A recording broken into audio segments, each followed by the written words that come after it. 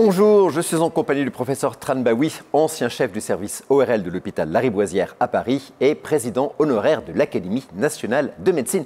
Pour évoquer un sujet fascinant, l'oreille absolue. Bonjour professeur. Bonjour. Est-ce que posséder l'oreille absolue est indispensable pour être un bon musicien? Absolument pas. Certains génies ont pu composer des chefs-d'œuvre alors qu'ils étaient totalement sourds.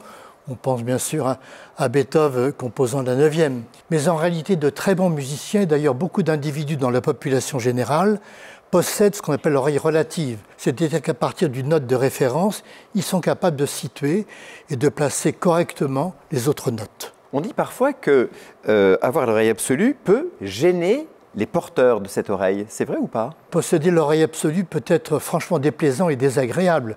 Je pense à certains chefs d'orchestre réellement gênés parce qu'avec l'âge, ce phénomène déplaisant s'observe souvent avec l'âge, leurs oreilles se désaccordent en quelque sorte. C'est-à-dire qu'elles analysent et transmettent un son un petit peu déformé au cerveau. Et du même coup, le porteur de l'oreille absolue entend un son qui ne correspond pas au son qu'il a dans sa tête. Et ceci lui est franchement désagréable. Autrement dit, ce n'est pas toujours une chance d'avoir l'oreille absolue, surtout en Absolument. vieillissant. On peut en être très affecté parfois. C'est vraiment fascinant. Merci beaucoup, professeur. De rien.